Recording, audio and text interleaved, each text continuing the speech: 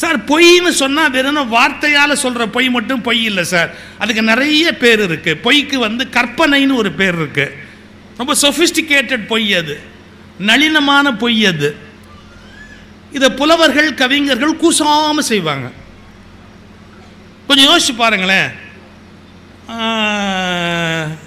நல்ல பாட்டு, எனக்கு ரொம்ப பிடிச்ச பாட்டு தான். ஆண்டாள் மாதிரி ஒரு அழகான கொழுந்தமிழ் ஒருத்தட்ட பார்க்க முடியாது. அவன் ஒரு கற்பனை சொல்கிறா பாருங்க. கனைத்திளம் கற்றெருமை கன்றுக்கிறங்கி நினைத்து முலை வழியே நின்று பால் சோர. இல்லை உங்களால் வந்த வேணை, ஏன்னா நீங்கள் நிறைய சமய பாடல் சொல்லிட்டீங்க. நானே 2 வருஷமாக அதெல்லாம் மறந்துட்டு உட்காந்துருக்கிறேன். இப்போ அவரை ஞாபகப்படுத்திட்டீங்க. கனைத்திளம் கற்றெருமை கன்றுக்கிறங்கி நினைத்து முலை வழியே நின்று பால் சோர. கண்ணுக்குட்டியை நினைச்சது தாய் பசுவுக்கு, தாய் எருமைக்கு அப்படியே பாலா கொட்டுச்சுன்னா அதோட பரவாயில்ல, நிறுத்தியிருந்தா பரவாயில்ல. நனைத்து இல்லம் சேராக்கும் நற்செல்வன் தங்காய் அப்படின்னு வரும். அந்த வீடே அந்த பால் ஓடி சேராச்சான். நீங்கள்லாம் பார்ச்சோறு தான் கேட்டுருக்கிறீங்க. முதல்ல பார்ச்சேருன்னு ஒன்று உண்டுன்னு கண்டுபிடிச்சது ஆண்டாளம்மா மட்டும்தான்.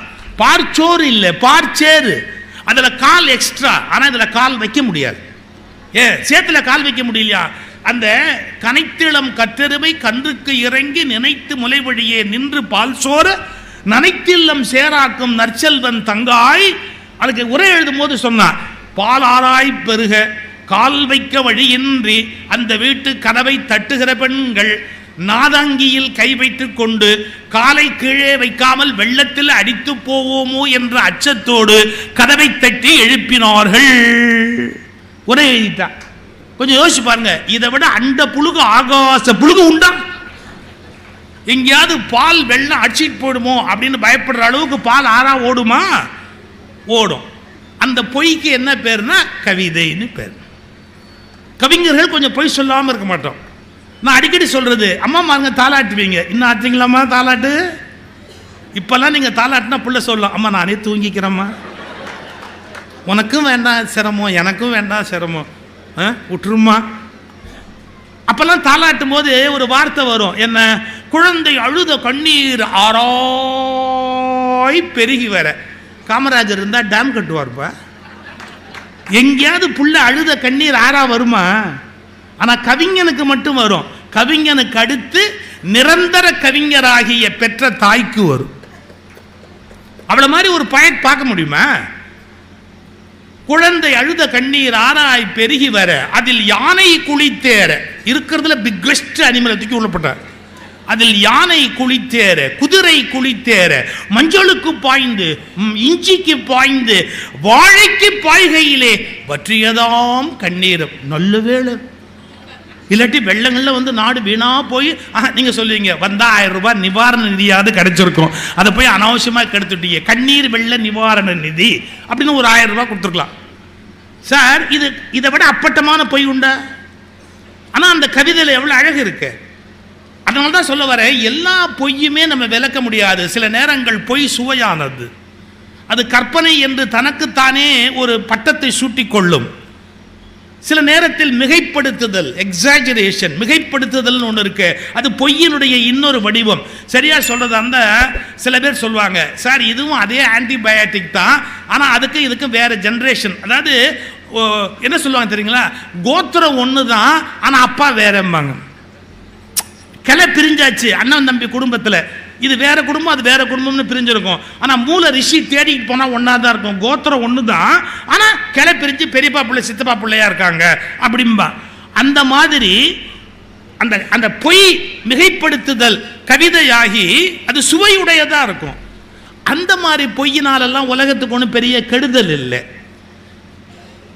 நான் ஒரு வார்த்தை யூஸ் பண்ணனே, அதுக்கே என்ன பேருன்னு யாராவது யோசிச்சிங்களா? அண்ட புழுகு ஆகாச புழுகுன்னு சொன்னேன்னு.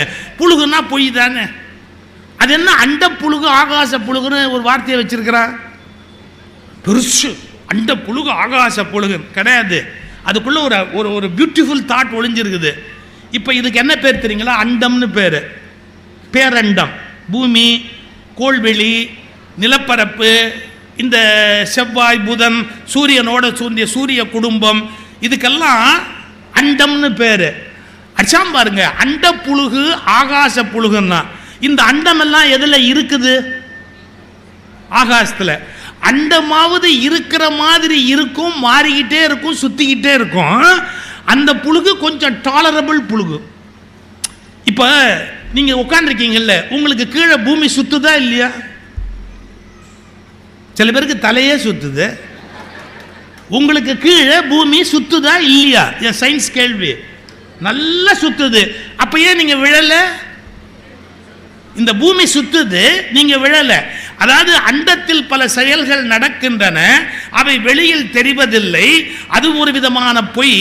அண்டம் இருக்கிறது, அந்த புழுகு நமக்கு தெரிவது போல் இல்லை, உண்மை வேறாக இருக்கிறது. இது அண்ட புழுகு. அச்சாம் பாருங்க, இதுவாவது இருக்குதா? ஆகாசம்னு ஒண்ணு போனா இல்லவே இல்லை. இது இருக்கிற புழுகு, அது இல்லாத புழுகு. அண்ட புழுகு, ஆகாச புழுகுன்னு ஒரு வார்த்தையை தூக்கி போட்டான். பொய்யிலேயே எவ்வளவு ஆழமான விஷயம். வானம் என்பது இல்லாதது, ஆனால் இருப்பது போல் காட்டுவது. புத்தர் அதனால தான் தன்னுடைய சமய தத்துவத்தை வடிவமைக்கிற போது எல்லாரும் 5 பூதங்கள் என்று வடிவமைத்துக் கொண்டார்கள். ஆனா புத்தர் மட்டும் 4 பூதங்கள். நிலம், நீர், காற்று, ஆகாயத்தை ஒத்துக்கல. அவரு ஏன் ஒத்துக்கல? நெருப்பை ஒத்துக்கிட்டாரு, நிலம், நீர், காற்றை ஒத்துக்கிட்டாரு. ஆகாயம்ங்கிறதே கிடையாதுன்ட்டார். ஏன்னா இல்லாததுக்கு எப்படா பேர் வைப்ப? எனவே 4 பூதங்களை கொண்டுதான் சமய தத்துவத்தை ஆராய வேணும். 5 பூதம்னு சொல்லாது அப்படின்ட்டார் புத்தர். ஆகாசம்ங்கிறது இல்லவே இல்லை அப்படின்ட்டார். ஆனா நீங்க ஒண்ணு மறந்துடக்கூடாது, ஆகாசம்னு ஒண்ணு இல்லைன்னா நாம யாருமே இல்லை. ஆகாசம்னு ஒண்ணு இல்லைன்னா நம்ம யாருமே இல்லை. பாருங்க, இந்த ஹால்ல இந்த பந்தலுக்கு எவ்வளவு செலவு பண்ணியிருப்பாங்க? இந்த பந்தலுக்கு எவ்வளவு செலவு பண்ணியிருப்பாங்க? நான் கொடுத்த கணக்கு கேட்கல, சும்மா சொல்றேன். இந்த பந்தலுக்கு ஒரு 5 லட்சம் 10 லட்சம் செலவாயிருக்குமா? 10 லட்சம் வச்சுக்குவோம் செலவாயிருக்கும். இந்த மேடைக்கு எவ்வளவு செலவாயிருக்கும்? எல்லாம் செலவாயிருக்கும். உங்க சௌகரியப்படி போட்டுங்க.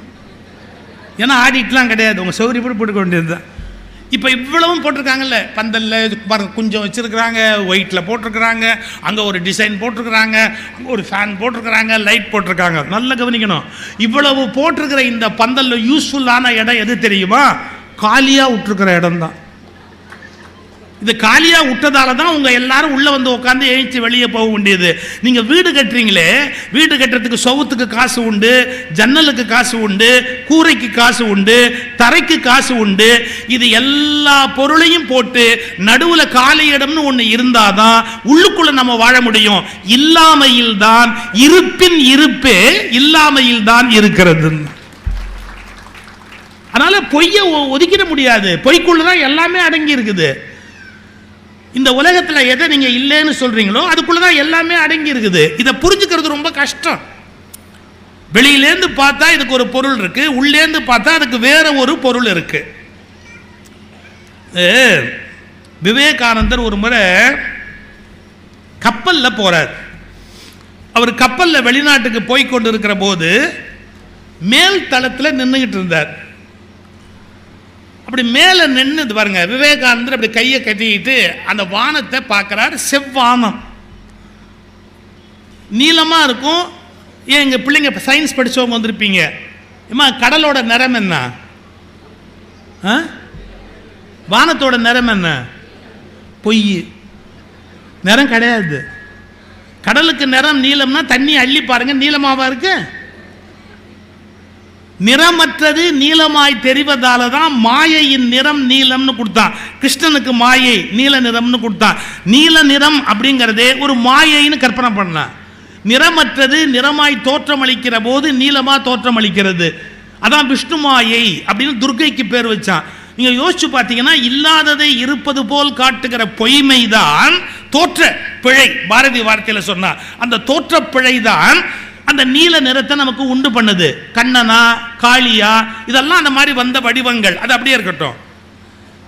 விவேகானந்தர் ரசிக்கிறாரு. இந்த பாரதி வந்து ஒரு ஒரு பாட்டில் பாஞ்சாலி சபதத்தில் அர்ஜுனன் இதுக்கு போவா, அஸ்தினாபுரத்துக்கு திருதராஷ்டிரன் சூதாடுறதுக்கு வா அப்படின்னு கூப்பிட்ட போது இவங்க 5 பேரும் கிளம்பி போவாங்க. அப்போ அர்ஜுனனோட திரௌபதி பேசிக்கிட்டு இருப்பா. அந்த திரௌபதிக்கு வானத்தை காட்டி பாடுவதா பாரதி 4 வரி சொல்வார். ரொம்ப அழகு. பார் சுடர் பரிதியை சூழவே படர்முகில் எத்தனை தீப்பட்டு எரிவன. பாருங்க, இது யாரும் நினைச்சே பார்க்க முடியாது. முகில் தீப்பட்டு எரிவன என்ன கவிதை! அது தண்ணீர் சுமந்த மேகம், ஆனா சூரியன் உள்ள மறைஞ்சிருக்குது. அது நெருப்பு எரியிற மாதிரி தானே இருக்கும். எத்தனை தீப்பட்டு எரிவன படர் முகில் எத்தனை தீப்பட்டு எரிவன.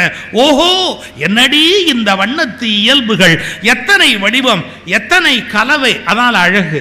நீலமா ஒன்று தெரியுது, கருப்பா ஒன்று தெரியுது, அதுல வெள்ளை பார்டர், அப்படியே சில்வர் பார்டர் தெரியுது, சிவந்த வானம் தெரியுது, இத்தனை கலர் தெரியுது. வண்ணத்து இயல்புகள், எத்தனை வடிவம், எத்தனை கலவை. அந்த ஈவினிங் காட்சி, மாலை ஆகாயம் எப்படி இருக்கு அப்படின்னு வர்ணிக்கிறார். தீயின் குழம்புகள், தீயின் குழம்புகள், செழும்பொன் காய்ச்சி விட்ட ஓடைகள். ஒரு பொன்னை காய்ச்சி இப்படி ஊத்துறா எப்படி இருக்கும் ஒரு ஓடையா? பொன்னை காய்ச்சி அப்படி ஓட விட்டா செழும்பொன் காய்ச்சி விட்ட ஓடைகள், வெம்மை தோன்றாமே எரிந்திடும் தங்க தீவுகள். எப்படி வார்த்தை பாரதிக்கு வந்து விழுது பாருங்க. எரிந்திடும் தங்க தீவுகள், பாரடி நீல பொய்கைகள். அடடா, நீல வண்ணம் ஒன்றில் எத்தனை வகையடி. நீலத்திலே டார்க் ப்ளூ, லைட் ப்ளூ, பெண்களுக்கு தெரியும் எம்எஸ் ப்ளூனே ஒரு ப்ளூ வச்சிங்க. எம்எஸ் அம்மா கட்டுற புடவைக்குன்னு ஒரு கலர் ஒன்று, அந்த காலத்தில் எம்எஸ் ப்ளூ அப்படின்னு அதுக்கு பேரு.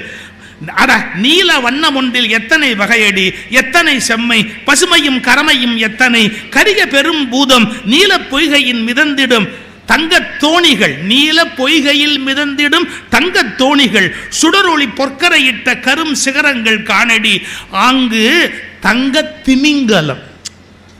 சில இடத்துல எப்படி எப்படி அப்படி ஒரு ஒரு ஒரு திட்டா தெரியும் லைட்டு.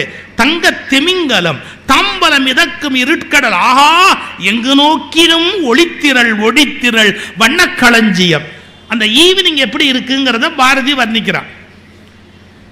இப்ப இருங்க, இதை யார் ரசிச்சான்னு கேட்டா சுவாமி விவேகானந்தர். கப்பலோட மேல் தளத்தில் இருக்கிறாரு. மேல் தளத்தில் இருந்துட்டு இப்படி கையை கட்டிக்கிட்டு அந்த அழகை பார்த்துக்கிட்டு இருக்கிறார். அப்போ ஒரு ஆள் கீழே இருந்து மேலே வந்தான். வந்தவன் விவேகானந்தரை பார்த்து ஒரு கேள்வி கேட்டான். என்ன சாமியார, ஞானமா இருக்க வேண்டிய நீ இந்த மாயையை ரசிச்சுக்கிட்டு இருக்கிற? இதெல்லாம் ஃப்ராக்ஷன் ஆஃப் எ செகண்ட் மாறக்கூடியது தானே. சூரியன் மறைகிற போது ஒரு கலர் வரும், உதயமாகிற போது ஒரு கலர் வரும், அப்புறமா ஒரு நீல ஆகாயம் தெரியும். இந்த கலர்ஸ் வினாடிக்கு வினாடி சேஞ்ச் ஆகிட்டே இருக்கும். எது மாறிக்கொண்டு இருக்கிறதோ, எது நிலையற்றதோ அது பொய், அது மாயை. அதை ரசிக்கலாமா? யாரு சன்னியாசியா இருக்கிற நீ நிரந்தரமான ஒன்று தானே ரசிக்கணும். உடம்பு அழியும், மனசு அழியும், ஆத்மா அழியாது, அதை நோக்கி பயணப்பட வேண்டிய ஆளு. அதனால விவேகானந்தரை கிண்டல் பண்ணா, என்ன நீ ஒரு மாயையை ரசிக்கிட்டு இருக்கிற, மாயையில மயங்கிட்டியா அப்படின்னு விவேகானந்தர் கேட்டார். அவர் ஒரு வார்த்தை சொன்னார் பாருங்க, மாயையே இவ்வளவு அழகாக இருக்கிறது, இந்த மாயையின் பின் இருக்கிற சத்தியம் என்ற கடவுள் எவ்வளவு அழகானது என்பதை நான் உற்று நோக்கி கொண்டிருக்கிறேன். இந்த மாயைக்கு பின்னால இருக்கிற ஒரு சத்தியம், நிலைத்த உண்மை,